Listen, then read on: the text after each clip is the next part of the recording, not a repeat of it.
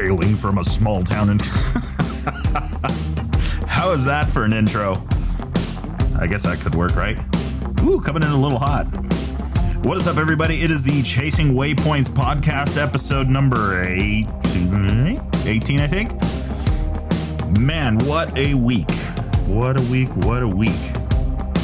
We are back. Finally.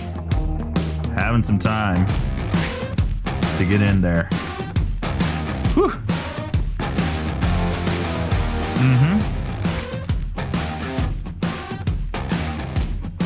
Man. So we've been having this rainy weather here in San Diego. It's been kind of interesting. I thought we paid the sunshine tax here. Didn't have to deal with this stuff, but we are thoroughly into the springtime, and here we go. What do they say? April showers, May flowers, or something like that? I don't know. All I know is it's going to be epic riding in Baja here soon once everything turns green, so I am absolutely looking forward to that. Kept in touch with Alex Martins over at Conflict Motorsports. I know that's been a recurring theme, but I am absolutely looking forward to getting that suspension back from him and go put some miles on the Zig KTM. So, interesting story. I have been up since 3:30 this morning. I'm a little bit loopy, to say the least. Had to do some repairs on the Rally Tiguan. Was going to ride my bike, but, you know, like a true fair weather rider, I saw that the forecast said it was going to be raining today half the day, and I was like, no. So, I'm sure the neighbors didn't mind. They were still sound asleep. Was able to get CV boot addressed, and the car made it to work and back, so I think we're good, you know, at least for now. All it's got to do is make it past the Sonora Rally. Sonora Rally coming up in a couple of weeks, so I'm absolutely excited to go check that out. I'm going to head down there with my dad and help out Mike Johnson and the Rally Comp crew. Hang out, meet everybody down there, and do some stuff. Turn the music down here a bit. So yeah, it is going to be good. So this time around, we're doing another In the Bivouac, and I'm going to go back and we're going to start doing a few different episodes and some stuff going on. I got some really cool ideas, but it's going to take a few people to make it happen. So I'll be reaching out to them this week and see if we can get that going. Definitely looking forward to it. It is going to be fun. All right, let's get this thing started. And so I use Anchor, for those of you guys that are curious of how we get these podcast episodes up and running. Program called Anchor. Works pretty cool. Helps with the audio and handles all the distribution. This is not a commercial for them, because obviously I don't get paid for this kind of stuff. But anyway, so this time around, this week, we have been trying to get him on the show for a little bit. We have Jacob Argubright going to be joining us. And he's been doing a little bit of the Hare Hound and accomplished racer and all that stuff. But he is getting into the rally world, so looking forward to finding out a little bit more about what he has going on and his journey thus far. I'm sure it's been pretty cool. Seen him out there training. I know he's been training with a few of the guys out there, so we'll find out a little bit more. I know he was recently up in the high desert with the gnarly Dave up there, making things happen. So let's see. Sent him the link. Give him a second to jump in here.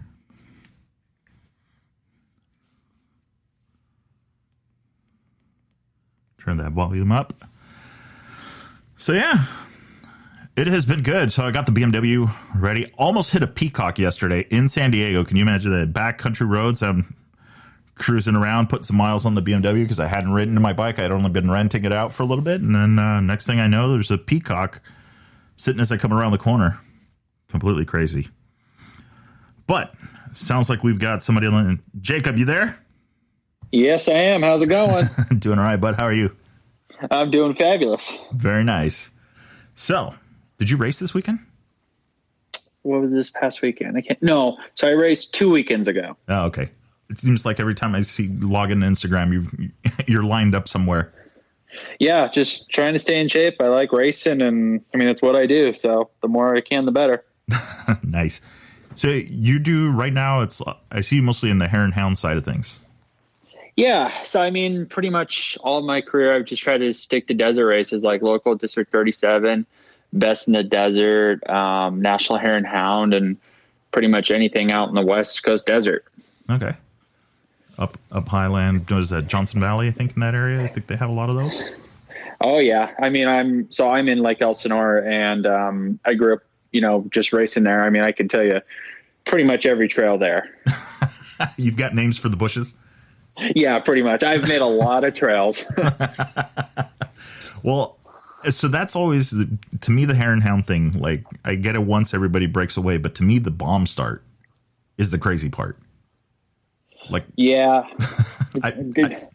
I just watched a video of it. I was like, I like watching those starts, and seeing like Quinn on a 790 do it. But, I watched one of your videos doing it. I don't know how you see it. I don't know how you see those trails. It's just taking a lot of practice, and a lot of people think it makes or breaks your race, and I don't think it does. People like to go fast, but I've gotten the worst starts ever, and I've come back to, finish on the podium. So I don't know. I definitely have mixed feelings about it, but I mean, I like to do it. It's super cool when you get a whole shot, and like not many people can do that. Mm-hmm. So just being able to get a whole shot like that. So that video, I think was my last whole shot. Even before then, I hadn't had one in like 3 years in a hare and hound. Mm-hmm. But the feeling is definitely incredible. It'd be the first one at the top of or whatever the first corner is up at the end. It's long. Yeah, and actually, they've actually shortened them. Just depends on where we go. Like some of the out of state rounds, not the ones in SoCal. Due to land restrictions, they shorten them, and they actually have been starting us with just the pros, so the Pro 250 pros and pro women. Mm-hmm. So it makes it a little bit easier on us. Okay. But they definitely evolved. Yeah, it's crazy. And then everybody lines up, and then I used to race off-road cars, but watching you guys like wait and look over at the flag and wait for that thing to drop. I mean, it felt like it took like 2.5 years. Yeah, man, that's something that like that never gets easier, because if you stare too hard, like I've had it where the flag starts changing colors and like you feel you're breathing. So I literally have to look next to it and just not like concentrate so hard, or else I'll get dizzy and like it. Yeah. Throws the game. Yeah. Nice. So what, out of the races and stuff like that, what's your favorite area to race in? I mean, which one have you enjoyed the most? Man, I actually really like anything in Nevada. I like the SoCal desert. It always have a place near and dear to my heart. Mm-hmm. But I actually really like the places I've gone to in Nevada, like doing anything in Caliente or going to Vegas to Reno. Mm-hmm. Or actually, like this year, I went up to Pahrump and explored that desert doing the Jimmy Lewis class. Mm-hmm. Pretty much anywhere in Nevada I really like. Okay. Just terrain and everything it just works out, or is there something in particular?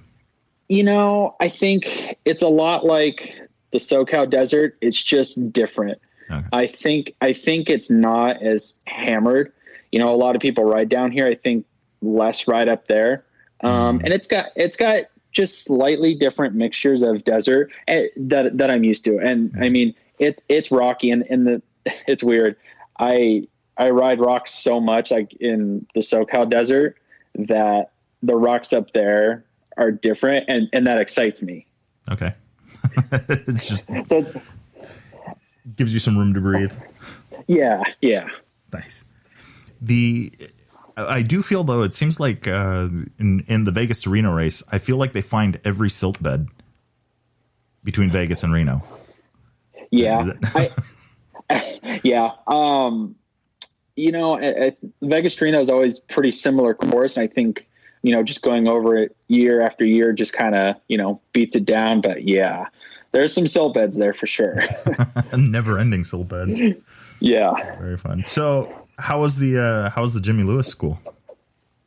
Amazing. I had a little dabble in the whole rally thing years ago, mm-hmm. and I kind of steered away from it because I wanted to get a Hare Hound Championship. And I came back this year, made the decision, and that was the first thing I did. I ended up buying my my 2008 KLX 450 the week before going to Jimmy's. I put all the rally equipment on and I went, and it was fun.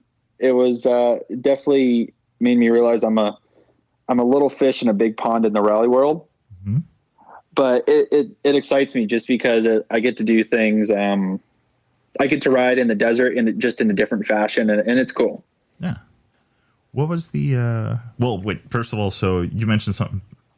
So you mean you didn't go KTM or Honda?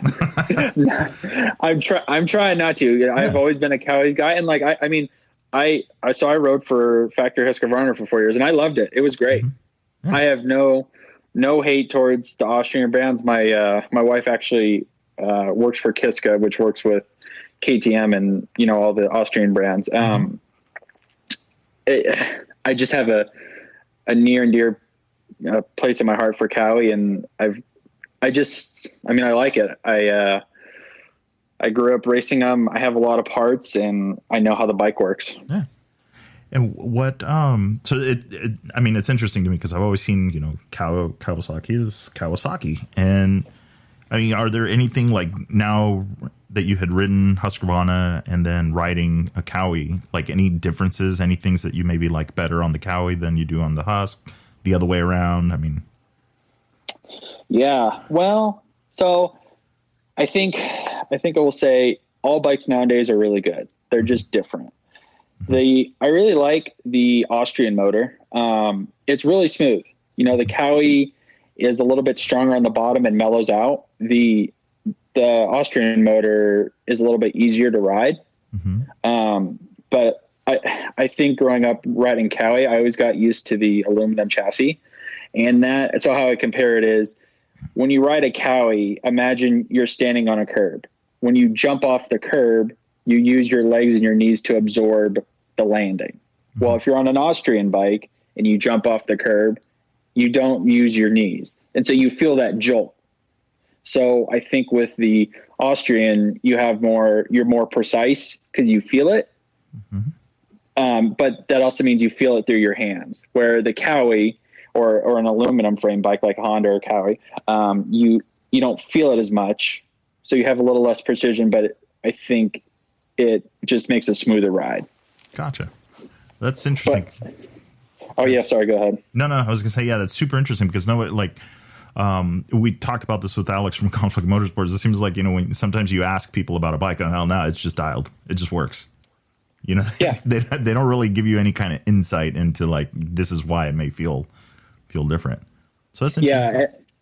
Yeah. And the other thing too is like, I really like doing this whole Cowie thing, going towards rally, but I'm finding out it's hard to find parts, like specialty rally parts for Cowie. I mean, I've had to make a lot of this stuff, and this weekend I'm actually going to finish up my bike for Sonora Rally, but that's definitely a factor. And I understand why people go with Honda or the Austrian brand just because of parts and availability. Mm-hmm. So I could see that. Probably a lot easier to borrow parts from the next guy, and depending on the rally or where you're at. Yeah, exactly. Nice. So okay, so back to the Jimmy Lewis school. So what was all that about? What was that like? Well, it actually was just the basics class. Okay. So I think Ricky was there, Kendall Norman, Mike from Rally Navigator, Ray. Mm-hmm. I can't pronounce his last name. Dosaglio. Yeah. And a couple other guys. And it was basically just the basics. Just learning things like cap headings and reading the notebook and just, basics. Like obviously, Ricky's the champ and Kendall's been helping him, but they had never taken the basics. And that was something that Jimmy wanted to make them do. Nice. You got to start from the bottom, learn everything. Yeah, exactly. Yeah. And so anything that was like super stand out, any exercises or anything like that you're like, this was a trip? Actually, what was a trip was how I read cap headings. And one of the things we learned is kind of always being aware of what direction you're heading. And so if I'm heading north at 0 degrees, like putting a point on a mountain or a reference point, and heading that direction, and being able to not look at your cap reading, constantly, and then ending up in the right spot.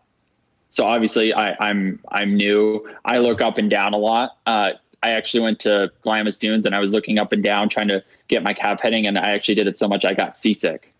So that was one of the things that stood out, was like being able to set your point and then head that direction without looking up and down so many times. Yeah.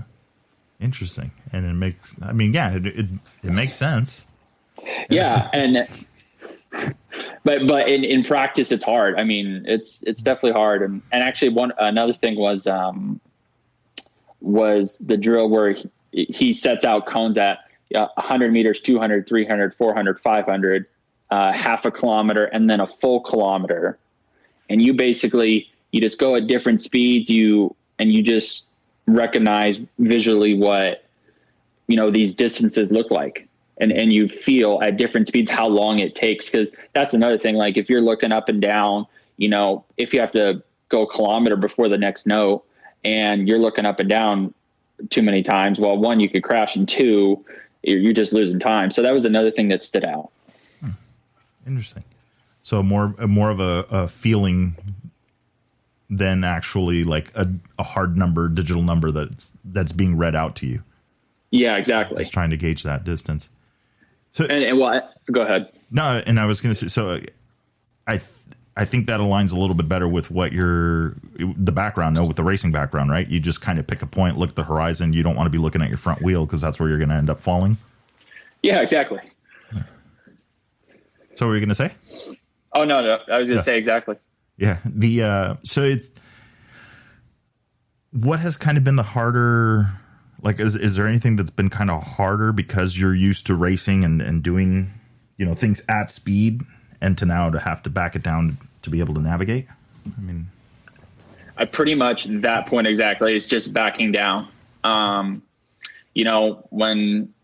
I race Hare Hounds, I kind of zone out, and, I try not to think too much. I'm pretty much in the moment most of the time. And now I'm in a different state of mind where I'm thinking and using more common sense. I would say, like, kind of anticipating where the road book's going to go. And it's been hard to slow down, cause obviously I just want to go fast, but like even just attempting to slow down, like I have to go slower than what I'm trying to slow down to, just to, not make mistakes and, lose time that way. So that's just the fact of slowing down has been the hardest part. And trying to be patient, use the force, navigate, and what was the video said? Texting and riding at 100 miles an hour. Yeah, exactly. And the thing is, so it's either, you're racing or you're navigating, and that I can do. I've gotten good at that. Is not looking down too many times, and I think confidence for me actually finding the road book. So at first I was like, I don't even know how I'm going to, do Sonora. I don't even know how I'm going to like follow the whole road book. But after doing so many, like the confidence, I have a little bit of confidence, which is nice. Nice. And that there's only one way on that one, right? Just go get lost. Yeah. Oh God, I've gotten lost a lot. Yeah. Right off into the sunset, and then somebody's got to chase you down. Yeah, and it's funny, actually. I've probably made 5 or 6 road books, and pretty much every big mistake I've made is in the first 10 kilometers. I don't know why, but it's like you have to get into the flow. And once I get past the first 10 kilometers, then I'm good. But all my big mistakes were in the first 10 kilometers. Right, earlier on in the book. Yeah. So how's that been making your own road books? I mean, is it actually? I love it. It's fun. Like I said, this whole rally thing, I get to do the same trails that I know, just in a different fashion. I mean, I've been racing for 10 years. And it's actually been really beneficial just because I don't know all the lexicons and the notes. So I mean, I did about 5 or 6 weeks where I was making about 100 kilometers a week of new road book. Wow. Yeah. And that was really, really beneficial. I just put my head down and I just went to work, and I made pretty much all of them out at Barstow, which was cool. I wish I would have went some more places. I just didn't know where else to go, but I think it ended up helping because at Barstow, it's pretty hammered and there's a lot of trails. So it was really, really tricky. But yeah, I think overall it was good to do. And it's fun. I think I've gotten pretty good at making them. And actually one of the last ones I made was with Mason Klein out in Glamis. And it ended up being it was a doozy because I went backwards through some of the really steep dunes and we couldn't make it up. And there was like 5 or 6 of these dunes. We couldn't make it up. And it was a nightmare, but I felt proud. Yeah. Stumped them. Yeah. Or I guess that's more like painting yourself into a corner. Like, yeah. Right. I know the waypoint's up there, but there's no way to get around. Yeah. Nice. So what's your process? Because like when I look at making a road book, I automatically go to, okay, I need to go ride this and then I'm going to come back and lay it out. Is that how you're doing it, or what are you doing? No. So I just make it and go. I learned this at the Jimmy Lewis thing. They make road books and they just assume everything's dangerous. You know, because if I make a road book and then I go and pre-run it, well, then I know where I'm going. And I put myself under the assumption that I'm not gonna, go balls to the walls. I'm just trying to learn right now. And just practice. So I would just make the road book, print it out, do all the stuff and load it in and go. Okay. So I mean, yeah. So the mentality behind it is I'm just going to go trail ride this thing, but it's because I'm learning how to navigate it. Yeah, exactly. And then I would focus on different things like, especially most of them being out in Barstow, a lot of tricky navigation. A lot of notes in the 100 kilometers I would do. So I felt like I was getting extra practice just because I wasn't just riding, I was trying to navigate, and like, there's a lot of, power line roads. So I would like make a puzzle out of it. I would make a bunch of turns and just practice reading the whole time. Okay. Yeah. So challenging yourself. So that's interesting. I mean, that is kind of a different concept. Like the way I look at it is like, oh, okay, well, my experience came from Baja Rally, and where, yeah, you want to ride it, pre-run it, and then go back and then lay it over and then make sure that it's all done. At least that's the process I was witness to. Yeah. And I think there's some benefits to that too, because I went and did, Gnarly Dave's, road books, he's always posting and I see him, and I went for the weekend and did, 3 of his, and they were really good. That you could tell he put a lot of time, and they're really accurate. So like when I make them, without pre-running them, like some of the notes could be a 10th or 2 off. His are like absolutely perfect. And then he leaves out some of the info, which makes it tricky. Where when I make mine right now, I try and put more information than what's needed. Gotcha. So there's definitely benefit to running it, but it's time consuming. And actually, I'm really appreciative that he let me run them, just because, you hear people talk about making road books, and it takes hours. It takes a long time. So yeah. And it's the rabbit hole, like all the details and stuff like that. Like, again, drawing back, like the experience where Scotty would lock himself and we wouldn't hear from him for 10 hours at a time, and he's in his office doing road books. So it's definitely what is it, the rabbit hole or whatever you want to call it. Yeah. Oh yeah. No, I spent a lot of time on the computer doing it, and I enjoyed it. So it was cool. Nice. So what even kicked off this whole party? Because you said you dabbled in it earlier, before this kind of go. Well, we were at a New Year's party, and me and my wife were talking, and I always talked about it. And I turned 30 this year, and we were just talking at this party, and she basically said, "Well, you've been wanting to do it, either put up or shut up." And she challenged me. So I was like, all right, fine then.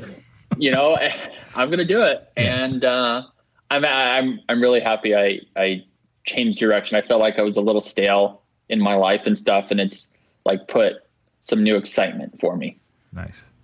Well, I mean, that has been a common theme, right? I mean, even if the same old trails are completely different when there's a road book that you're having to try and navigate. Yeah, exactly. It's awesome. Changes and it keeps me out. It keeps me out in the desert, which I love. Yeah, nice. Well, yeah, and Barstow, I know, is like that was always the that's proving ground for a lot of people. So I know it's clapped out, but it sounds like you found some routes. And they do, what is that? Have you done the what is it, LA Barstow to Vegas ride? Yeah, actually, I did it. Man, I probably did it 15 years ago. Mm-hmm. I actually didn't even have a driver's license, and my dad put me on a KLR 650, and we did it. Mm-hmm. But I was thinking about doing that this year, and the Big Bear dual sport route. Oh, okay, yeah, nice. So, yeah, I think LA Barstow to Vegas is still doing, like, they still have road books. Yeah, I think. Right? Well, yeah, I think they're more roll chart. Yeah. But I figured maybe I could ask them, and I'll just convert it into a normal road book. Mm-hmm. Yeah, get it early on. Yeah. Yeah. I had thought about that. It would be kind of cool to do that because I, working with like a rally comp, to get that kind of into the book or into, or prep the file. What about maybe they can make a class for it. That'd be cool. Yeah. Yeah. Cause I think, well, it's growing, obviously. It's why go not? ahead. I was gonna say, yeah, why not? Yeah. So what what are kind of the plans, or what do you think? You mentioned Sonora Rally. What are you doing to get ready on that? Right now, I'm sitting in my kitchen talking to you, looking out the window, waiting for my rally management Sonora tower to come in. Oh, nice. Yeah, so the bike's down to the frame right now. I'm supposed to go pick up the motor and drop it in, and as soon as I get that, I'm going to start putting it together. And just go and test it for a couple of days. I've definitely done a lot of practice, and now it's just, making sure everything works and prepping the van and, head down there next weekend. Nice. Yeah, that's crazy. It's already coming up. Yeah. Right. And actually I'm super happy they delayed it to May, because I decided that I was going to do this in January, and thank God they did, because I had more time to practice, and like, I tried to make the most of my time, and I wish I had more time, but it is what it is. Yeah, I hear you. What's the day job? So originally, the last couple of years, I've just been racing, but I've taken on being a web developer, and so I started as a graphic designer, and I moved towards more web development, and so I do part-time on that and part-time racing. Nice. All right. So it gives you a little bit of time to do the desert. Yeah, I mean, it's a pretty sweet gig. I can't complain. I work a little bit. I actually work with someone that's part of a motorcycle club, and I just freelance for him. And he gives me work, and I do it. And he understands when I leave to go racing, and come back and make road books and do a little bit of work. Nice, rinse and repeat. So what did Sonora Tower's coming? What did you got that set up? What else did you go with ICO? Did you go with the RNS, or what are you putting on the bike? Just standard ICO. I had two of them from when I dabbled in it a couple years ago. So I just ordered another one, and I'm used to it. I know the new one's a little bit easier to read, but I have the parts for these, and I've been practicing with them. I know how they work. So I'm just sticking with those, and they're going to be great. Nice. Well, I mean, it seems like once you buy one, that's it. That's what's just going to be on your bike from bike to bike, because they just keep working. Yeah, exactly. So why change it? Yeah. So what else are you doing on the KLX to prep it? I mean, so you mentioned motor, you do that. So like what goes into prepping a KLX for this? Well, I bought the bike used. I rode the piss out of it, practicing. I took it down to the frame. I'm just freshening up everything. Most of the bearings are good. just greasing everything and making sure everything is in tip top shape. I have a lot of parts, like my current 2021 KX450 rear wheel works on the rear, and same with the brakes. So it's like I have parts for it. And just, I think the big thing is getting that tower on. I had to relocate some of the electrical in the back, and basically, that's the hard part. Then, I have a big tank. I have a Cerebus 4.1 gallon tank. Okay. I had to do a little bit of not wiring, but running the fuel line, because there's 3 petcocks, and just making sure everything is clean. And yeah. Man, so handful. And KLX over KX, is that a stator thing, or what's the? It's a couple of things. One, I could not get a big enough fuel tank. There's just not a market for, at least now, there's not a market for 4-gallon tanks for the current KX. So that was one of the reasons. Second one is the tranny is wide ratio. Okay. So that makes it a little bit easier, and it's a little bit, it's not as modern. So it's a little bit not bulkier, but the rear end, as far as electrical, has a little bit more room. Okay.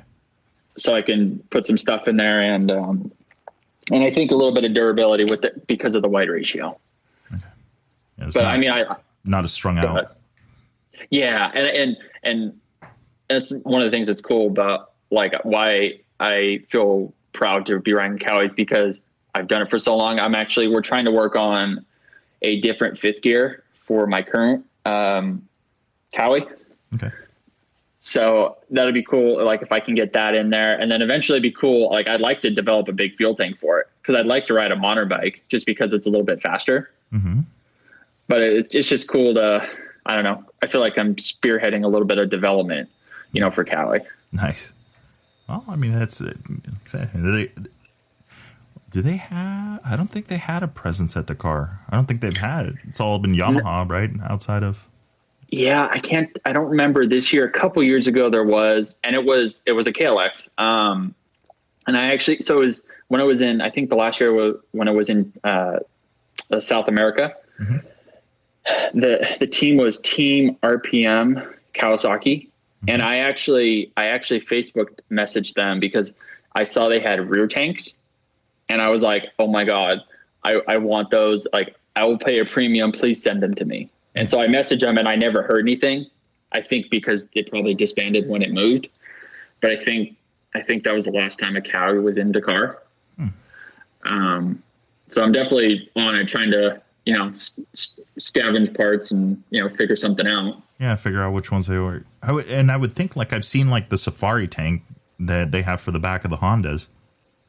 Yeah, and that's the thing. So it's funny. I was just looking online, and on a bike sales site, I saw the rear Safari tanks for a KLX, and I was like, oh my God, I need that. And so I messaged guy. I haven't heard anything, but I haven't seen anything on Safari or the Safari tank site, because I've been looking. I've searched far and wide for everything. Yeah. Huh. It always sucks when there are these one-off parts, or they don't get back to you. Yeah. And they're all the way. I think they are in Australia, right? So it's yeah. So I wonder, it's either that or he's marketing them as for the KLX, and it's it's just a special adapter, and that's the same tanks from a Honda or something like that. That'd be cool if it was as simple as that. That'd be awesome. It would make life much easier. He's like, oh no, and then you get this long story. He goes, no, actually, what I did, I used a 2000.5 Honda CRF 422 or something, some random ass bike. Yeah. So what about what's the suspension like on these? Now you mentioned that the frame, I'm going to say flex, but it's calculated flex, right? With it being aluminum. But what's the suspension like on the Cowies? Is it basically take it all apart and just replace all the parts, or what's the deal on that? So actually not so much. So I had a set of forks from my 2009 KX450. I forget what happened. Something happened, and we dismantled the bike, and we kept the forks. The forks were pretty much brand new. I blew a seal when I bought the KLX, so I put them on there, and they were pretty good. They had my desert setting in, and I ran it for a while, and I actually just took it to Travis from TBT. And I actually just picked him up today, but he basically just put in a heavier spring, checked everything, put fresh fluid, and that's what I'm running. Nice. Yeah, I was going to say, who's your suspension guy? So it's Travis over at TBT. You've been working with him for a while? Oh yeah. He's when I started racing, I was with him, and then we separated when I went to Husky, and as soon as I left, I was back with him, and I've been with him ever since. And yeah, no other suspension for me. Yeah. And from what I've kind of gathered, it's like you build that relationship and they know what you like, and it's a whole conversation and relationship that you have. Yeah, exactly. And it's not that I think he's the best. I think he's just the best for me. He knows what I like, and we've built that relationship. Nice. And you kind of have to trust him. Suspension's a little important in the desert.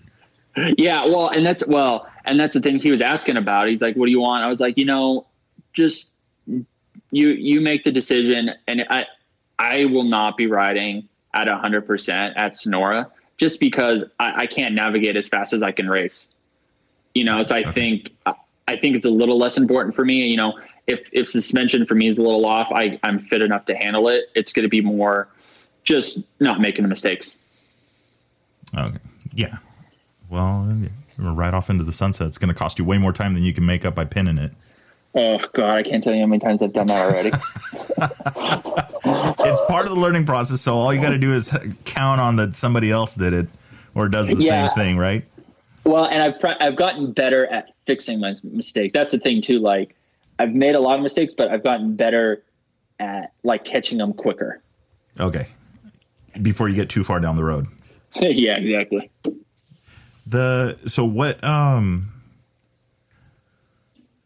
I think that I don't know. I think it's almost like the untold thing. Like, I don't want to get into road books. It's just kind of weird and random, and it's just too much work. And I feel like it's because people are afraid of getting lost and not being able to find their way. Yeah,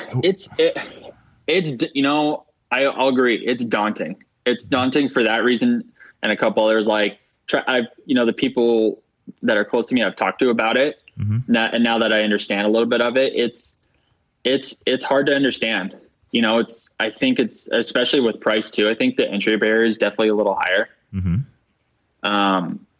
But it's daunting to get into. I'll tell you that. Yeah. Especially, I think if you're, used to desert racing and you're thinking like, okay, well, there's going to be a marker here, and then probably in another mile or two, or every 5, like in certain organizations, there's going to be a mile marker or something. But yeah, well, and yeah, especially coming from that, like I know a lot of the race courses are not similar, but I kind of know where we're going. But this, you don't know. But that's what's cool is you don't know where you're going, and you never feel like you are really on the course until you hit a waypoint or you complete the whole route, which then you feel cool. You're like, man, I just made that whole route and there was no markers at all. I did. Yeah, I feel cool. I didn't make any mistakes. Yeah. Yeah. Definitely an accomplishment. And I think in just setting up rally comp stuff, when the rally comp actually beeps at you that you hit the waypoint, mm-hmm. I think that sound of relief and that, it's got to be, at least setting it up, and when you're knowing okay, yeah, I know it's supposed to beep right here, but when you're out there trying to navigate it, you don't know where it's going to beep until the thing opens up and it kind of, finishes or guides you in, or you're in the ballpark. Yeah. And actually I haven't dealt with rally comp yet. So I actually just printed all the paperwork today just to learn about it. So I've heard about the beeping, and I think I'm excited to hear the beeping. Yeah. Beeping is a good thing. Yeah. Well, unless it's in the speed zone, then you got to make sure it's the right beep. Yeah. Yeah. But yeah, I work with it a little bit in the tracking, and all of that stuff's really awesome, and, everything. So it'll be easy. You'll catch on to that thing quick. Cool. It'll be fun. So Sonora Rally, you got plans after Sonora Rally? What's the next? As soon as I'm done with Sonora Rally, I'm doing the Best in the Desert World Championship Hare and Hound. Mm-hmm. And then after that, because it's the next weekend, I'm regrouping and figuring out what I'm going to do for the Dakar. That was my goal, is to go. And it's still my goal, whether or not I, get the Road to Dakar entry. Mm-hmm. So as soon as I'm done, it's basically just figuring out what I need to do and make a plan, to raise funds and do whatever I need to do to go. Mm-hmm. And then I'll probably end up doing the last 2 Baja rallies. Okay. I'd like to get those 2 under my belt, so that way I have a little bit more experience, for Dakar. Mm-hmm. And basically, I probably Vegas to Reno and whatever Hare and Hounds I can do, and race and raise money to go to Dakar. There you go. Yeah, that's I don't know. A while back ago, I haven't really asked, but I've heard that it's basically $250 to get out there. I don't know what. Have you kind of looked at the budget and what it would take to get to Dakar? Yeah. Well, it depends what you want to do. I know Skylar spent, I think, 100 or 110. Mm-hmm. I haven't decided. I actually was kind of leaning towards doing the Moto Male class. Mm-hmm. So that would make it cheaper. That's the thing I need to regroup and figure out. I know it's a lot of money, and I know I need to get on it as soon as I'm done. I figured I'd focus on, finishing my first rally, putting all my effort into just learning, getting done. And then after that, full tilt toward, for 6 months, trying to get everything ready, to go. Nice. But I would, I don't even know. It's probably going to be, I don't know, $70,000, I would think. Yeah. Well, I mean, for the adventure of a lifetime, right? I mean, do you really? Yeah. For what could be the greatest adventure of my life. Like, I mean, I've heard so many great things, and like, that's like one of the reasons I wanted to do this, was for the adventure and just to be on the world stage. Like, I want to expand my career as a desert racer, and like, that's the pinnacle. Mm-hmm. So, it's kind of what drew me towards it as well. Nice. Yeah. That's great. One of these days I'll go as a spectator. I'll let you guys go get lost in the desert. Well, yeah, and I didn't even know, but the spectator, to be a helper, it's like $9,000. It is a lot of money. Wait, what? Yeah, I'm pretty sure, and I think it's €9,000. I think, but that pays for your camping, like your food, camping at the bivouac and all that stuff. But it's pretty expensive. Wow. Well, I guess, yeah. I mean, it makes sense. I mean, they probably got a ton of people signing up to, that are enthusiasts and they want to be a part of it and be out there and say they were, there. Yeah, exactly. Yeah. But I go back and I think, I'm like, okay, well, $70,000. Well, then you think, okay, well, let's scale it back, right, to the rallies here in North America. So you have Sonora Rally, its entry fee and all that, but you have, 5 days of racing, the bivouacs, the food, all of that stuff's kind of covered. You don't have to invest, with a big chase crew and pits, right? Mm-hmm. So, I mean, how, knowing kind of done both, or going to do both, what's the comparison in the budget? Have you thought about that before? Like, it definitely, it's starting to feel like it's worth it. I mean, the entry to Sonora was $3,000. Mm-hmm. Up front, it's like, wow, that's a lot of money. But what you're saying, covers everything. I don't have an answer. I would say it seems about the same, maybe a little bit more expensive, like compared to normal desert racing. Mm-hmm. Just because setting up the bike, gets pricey. And then, but then you got the logistics are easier. Like, I have one chase driver and he's just coming with me, and he just, has to hang around and, maybe gas me up once in a while. Mm-hmm. So I think it all kind of levels out. Yeah. But when you take into consideration the initial investment on the bike, getting all the equipment and all that for it.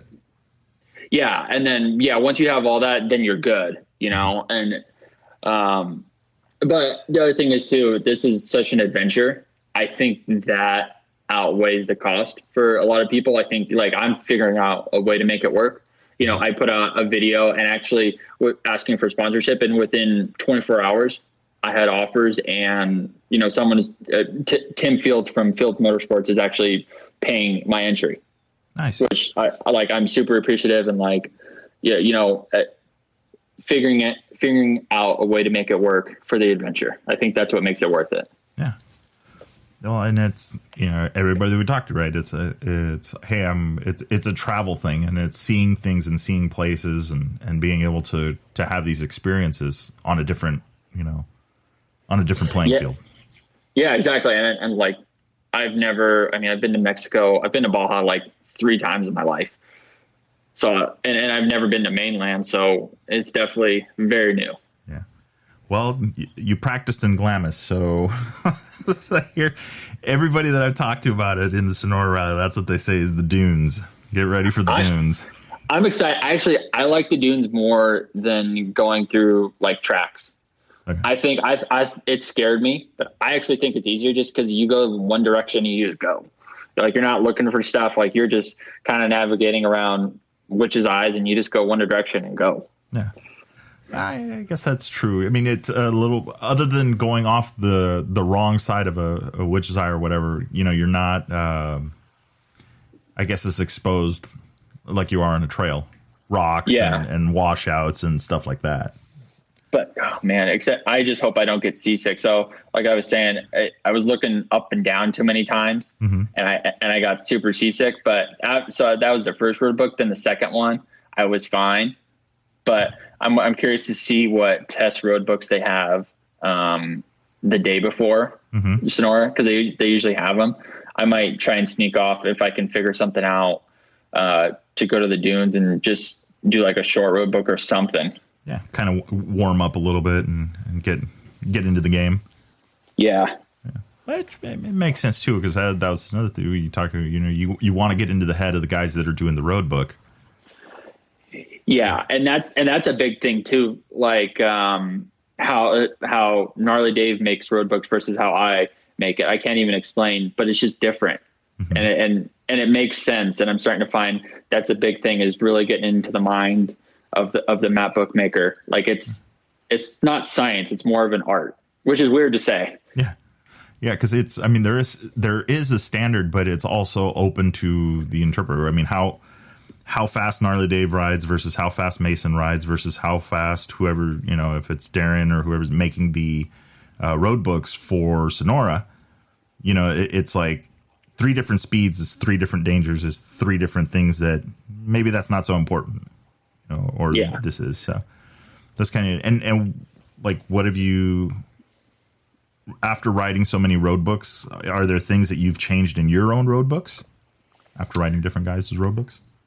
Oh, let me think. I think I've just little things, like when I went to Glamis, I didn't know that when you put so we use, I forget what program it is. Let me look here. Whatever, we use a program for waypoints. Rally Blitz. Rally Blitz, yeah. And I didn't know. So when you set the size, they put the actual size of the waypoint in the road book. But I didn't know that. I just been making road books on my own, like looking up, Dakar ones and just trying to mimic them as best I can. But that's what Mason said, is like they put the size of the waypoints.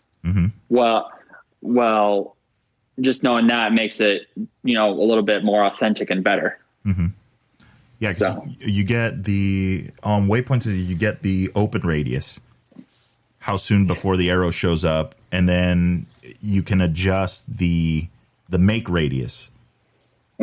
So you'll see that. So like if this is a really tight waypoint, you make the make radius a little bit smaller. If there's a lot of tricky stuff in the area, like where you don't want to be so ambiguous with the waypoint, you want to be like really, really spot on like, this is the trail. Yeah. Well, and then it goes the opposite. Like when we made them in Glamis, I made one where the waypoint was like 1,000 meters. I mean, that's like a valley. That's huge. Whichever side of the valley you're on, you made it. Yeah, exactly. Well, and I just couldn't contemplate that, or I just didn't get it. And that, I think that's what makes dune riding easier, because if you know the size of the waypoint, Well, if it's a big waypoint, you just generally just head the right direction and you're going to hit it. Yeah. But that just comes with practice. Yeah. Getting lost. Yeah, exactly. That's another term for practice. Oh, man. Well, that's cool. So any other schools or anything you're thinking of doing? Have you been looking into? Well, whatever's open. I'd like to do more training with Jimmy or Scotty Bray, because I think he has schools. Mm-hmm. I don't know if he's done them. I mean, whatever's open. I don't know. Like, I don't have a lot of resources, like, as far as what's going on. You know, I'm starting to try and find these things, and I mean, whatever's open, I need the practice. Yeah, just get out and do it. I'm happy to drive. I'm happy to make road books for people if they want to come do them.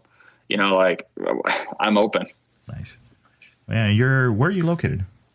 Lake Elsinore. Lake Elsinore. That's right. You did mention that. All right. So yeah, centrally located. Yeah. Nice. Well, you got all the deserts around that area. I think are you south? I think you're in San Diego. Yes, I am actually. If you've ever been out to Tecate, I'm on the way out. Basically, on the far east, southeast side of San Diego County. Okay, cool. So that's, it's not bad for the Baja rides and stuff like that. It's kind of nice. Yeah, and you can, as long as it's got a plate, because I could just ride across the border. Yeah. Right. Yeah. So, but I don't know. We're waiting to do some Baja rides here soon. Yeah, that's my goal too. We always, me and my wife always do. I think we've done for the last 3 years, Beach Bash with the Desert Assassins. Oh yeah. So if they're doing that this year, I'd like to go do that. And I love going to Mexico. I've only been a couple of times, but it's been amazing. Yeah, it's very different, and even in the pandemic, it's still different. They still the way they treat things and the way that they're doing things, and for the most part, everybody's receptive. So yeah, and so it's been a lot of fun. I've been down there a couple of times, and I can tell that it's still there's still a ton of people riding down there and doing their thing. So that's kind of nice, and they need the tourism. Yeah. So. Well, I'm excited to get some tacos and some real Coke during the rally. Yeah, true. I don't know. I know Baja California. I do not know mainland. So you and I will be exchanging tips from where they say to get the best tacos at.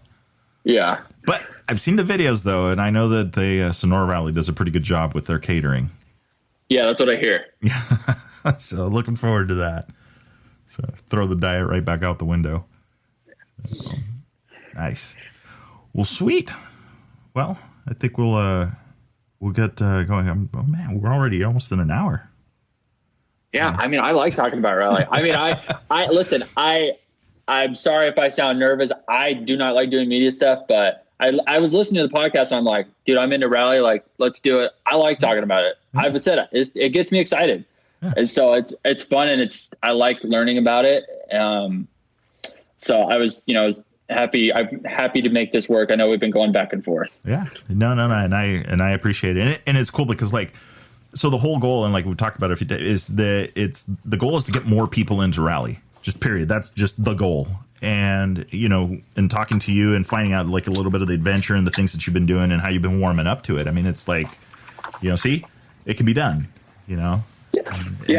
There's the common themes that keep coming up, about the adventure that it is, and you're going to have to get lost a couple times or more than a couple times, and just to get it, But the idea is to get out there, and so, it sounds like that's what you've been doing. Yeah. So nice. So right now everything's focused on Sonora Rally. No more racing Hare and Hounds or anything like that between now and then, since only 2 weeks out. Yeah, so there's actually one this weekend. I'm skipping it. So I would usually go with my wife, but so we're part of the actual National Hare and Hounders organization. Mm-hmm. But so she's going up to work, and actually someone is taking my van to that. So there's a podium up there. We actually left it up there because there was another round. They're taking my van to go get the podium, and as soon as they come back, I'll start loading it up. But that gives me the weekend to finish the bike, because I gotta put it right now. It's a frame. I gotta put it together. Well, luckily it's not that many parts. Yeah. Nice. And it sounds like you got. So who does your motors? I didn't even ask. You said the motor was out. Just just my local shop, Kawasaki Simi Valley. That's where I get my bikes from, and I don't do anything to them. I just make sure they run good, and then I just twist the throttle. Nice. Well, that is, I mean, and that's been around for a while, right? They say the moment you crack open a motor and start, you know, throwing parts at it and highfalutin stuff, the reliability kind of goes out the window. Yeah, for sure. And like, I've never had any issues as far as needing more speed until maybe the last year or two, only because I'm dealing with motors that have had work done to them. So now it's been harder, but yeah, as soon as you crack them open, it's a can of worms. It's just easier to keep them stocked for me. Yeah. Do the oil changes, keep the filter clean, and yeah. Yeah, that is an understatement. And don't over tighten the chain. Yes. Well, so actually I didn't mention the other thing is, so with the KLX, I don't know what happened. So I bought it used, and I don't know if they didn't have a skid plate and they basically hit the drain bolt. It pushed the threads in and it tore like the threads off. There's a hole. And actually, so when I was the weekend with Gnarly Dave, the first day, I went through a quart of oil just because it was leaking so bad. and he named it the Exxon Valdez. Got it. There's so much oil. There was so much oil everywhere. It was bad. But I didn't realize that. I mean, I knew there was an issue, obviously, from the leaking. But when we took it apart and I looked, under and looked at it, I see the threads were pushed in, and so I couldn't find cases. So I'm actually gonna just JB weld the bolt in. And for Sonora Rally, I'll probably end up just doing 2 oil changes. I'm just going to tilt it over and drain it through the clutch cover. Whatever. Yeah, I mean, it's multitasking. You're inspecting the clutch. Yeah, it sucks, but I would rather have oil in it than not. Yeah, that's even if it's dirty. Yeah, yeah. No oil is generally frowned upon. And it's only got to get me through one race. I mean, for now, so that'll make it. But like you said, it's 2 birds with 1 stone. I'm checking the clutch and I'm changing the oil. Yeah. So if you see me, I'll have a spill mat and a big thing to catch all the oil. Whatever, it works. Yeah. It's only got to make it 1 race. It's an adventure, man. Yeah. There you go. The adventure starts now. Well, yeah. What, 2 weeks? Wait, you guys were up there, 2 weeks ago? I think so. 2-3 weeks ago now? I don't know. I think it was yeah, right. I think it's 3 weeks. Yeah. Nice. Yeah, he's. I still got to get up there, but I got to get a skinny bike because I've told him, I'll just bring the 790. He goes, he just kind of laughs. He goes, I hope you know how to ride, and then that's obviously an instant. No, I don't. So. Oh, don't let him scare you. You can do it. I don't know, man. That 790 is pretty big. It hides its weight well, but. Yeah. And then whatever Quinn Cody runs at the Hare Hound isn't a 790. It's an 890 and all the other, KTM stuff on it. Yeah. But, nice. But, we'll get out there. But, it's interesting because when I saw that you were running the Cowies, like, I looked at it, like, I'm open. Like, I'm obviously, it's like, I don't know which bikes or what to, like, get. I just know I need skinny bike, be able to put some roadbook stuff on it. And so really the brand and all that stuff, it'd be nice to have 2 KTMs in the garage, but at the end of the day, it doesn't matter. But when I saw you were running Cowie, I was like, huh. So, yeah, I feel like a lot of people ask me about the whole Cowie thing, and like, I don't know, I take a lot of inspiration from like Johnny Campbell. Like Honda wasn't always, the great desert bike. Like they had to put effort into making it work, And so I feel like, I don't know, just trying to carve my own path and do it that way. Yeah. Yeah.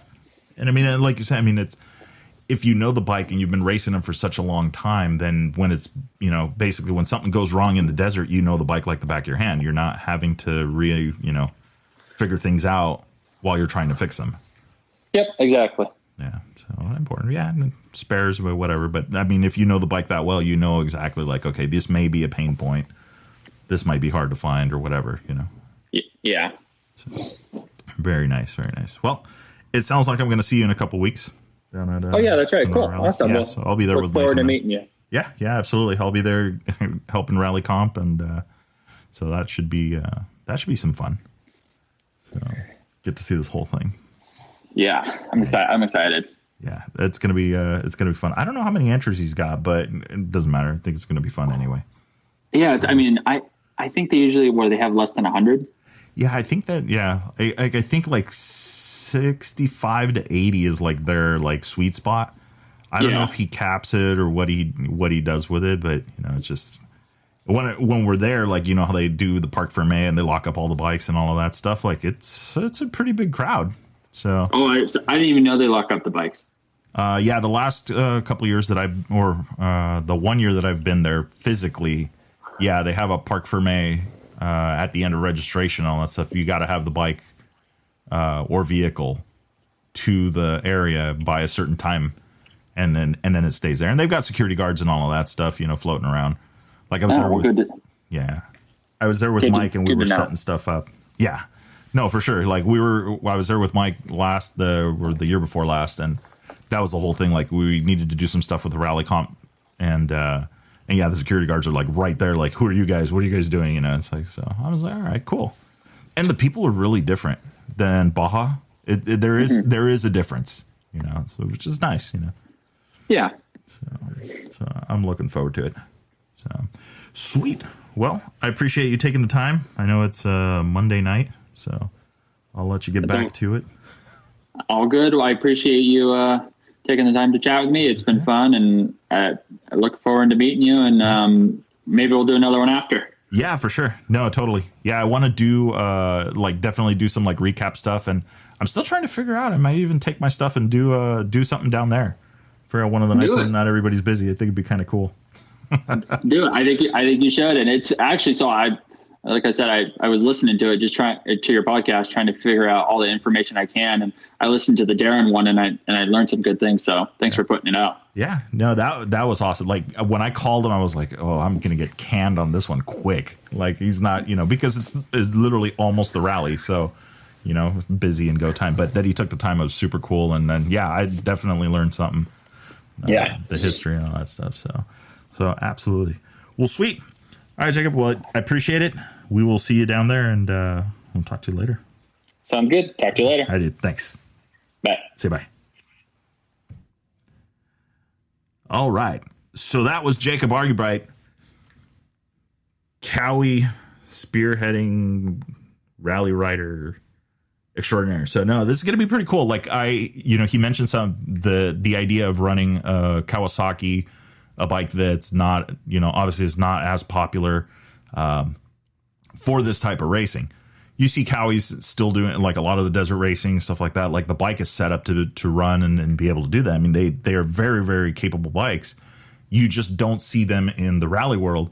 And because of that, you don't see the backing of the bigger tanks, like you said, and towers and things like that. And there's companies out there that do the more universal stuff. So like where the route he's going with the rally management services, Sonora Tower, you don't like, it's things like that allow other bikes to get involved in rally. And it doesn't have to be like, okay, well, I have to sell everything I've ever known, and now I got to buy either a KTM or I got to buy a Honda. And Honda only as of recently, because they happen to have won Dakar a couple times now, which I'm sure there's a lot of people, there's a special meeting in Austria over this, because I don't know that KTM is going to rest on their laurels and be like, we want them enough. No, I'm sure they want that podium back. So it'll be interesting. And then this year, for those of you guys playing the home game that have been kind of following along, you might have noticed that Benavides, he is now on Team Orange with his brother obviously running on the Husky side of things. So that'll be interesting. It opens up a seat at Honda. So I wonder who that is. My first, if anybody needs a recommendation, I would send Skylar Howes that way. Obviously I haven't had a chance to catch up with him. Maybe I'll send him a text and maybe he'll divulge some more information. But I did see that he was doing some more testing. He was on a plane. I mentioned it a couple of shows ago. I don't even remember. He was on a plane and doing some testing. So more things coming, more rallies coming, all sorts of stuff going down. So, all right. So that is going to wrap it up for this week's show. A little over an hour. Having fun on a Monday night. I did miss Sunday again. Yes. But, hey, we made up for it. We had Jacob Argubright on the show. So this is going to be awesome. Like I said, I am looking to see if we could do this, maybe do something at Sonora Rally do some live recorded stuff, or not live, but, record an episode while we're down there, because I am going to be there on Sunday, which is the day before the rally. That's when they do their scrutineering and all that stuff. So registration. So definitely looking forward to it. I think it's going to be a really great time. I can't believe it's already in 2 weeks. Like, there's like no time left before this event. So the Rally Guan is now running. That's my Tiguan. I affectionately renamed it or whatever. And, still got to finish setting it up. A couple things that I want to put on it before we go down to the rally. But yeah, I'm excited. Get out of town for a little while. Go check out Sonora, Puerto Penasco, and a couple other places down there. I haven't gone back to look at the service route and where we're going to be running exactly, but I'm sure that information will be out. And then, you know what? It's an adventure. Who cares? We're going to the Sonora Rally. So anyway, I'm going to post this episode as usual. It'll be up on the Facebook, Chasing Waypoints Facebook. You can go ahead and go back over there if you want to like, comment, share, talk crap, whatever you want to do. If you've got questions for Jacob and on setting up that bike and what he's done or anything like that, I'm sure we could get him to maybe answer a couple of things on there. So you're more welcome to put some comments down on that one. And if this is the first episode you are hearing of the Chasing Waypoints podcast, take a look back. We've got some really good stuff. Ugh, choking. Some really good stuff. If you go back, we've got just this last episode was with Darren Skilton from Sonora Rally, creator of the Sonora Rally. We've got episodes with Chris from Moto Minded, episodes with Alex from Conflict. So we've had a bunch of people on the show, Lawrence Hacking as well from Canada. So there's a ton of stuff to listen to already. I think we're now, officially, I think we're at episode 18. You figure I would know this. I'm the one that has to record it every week. But anyway, it has been fun. It's been a cool road. We're learning a lot. I'm looking forward to doing a lot more. I've got some really cool ideas you're going to want to stay tuned for. If you haven't already, make sure you like and subscribe to the podcast. Give that thing a thumbs up or whatever you can. Drop us a comment. Drop us a review. Share with your friends, whatever. Let's get the word out. And if you've got ideas, like if you, hey, I want to talk about this. Like, we've done the Adam Sheard with the Vintage 1000, right? Bunch of vintage bikes, 1,000 miles, 5 days with road books. Let's hear it. What do we got? There's a ton of stuff. This world is absolutely huge. There's a ton of places to go riding. So definitely looking forward to it. Willem from South Africa, if you were listening to the podcast, I'm going to be hitting you up to talk about some of the rally stuff that you guys are doing over there on that side, except I think you guys are exactly 12 hours. I don't know. I think I'm at work while you're asleep or something like that. Anyway, shout out to all that stuff. So let's get it done. I think it's time to publish this episode. So you guys are hearing it on Monday because I literally just recorded it. Yesterday, busy day, but everything is good. So, all right. We'll see you guys for the next episode. Later.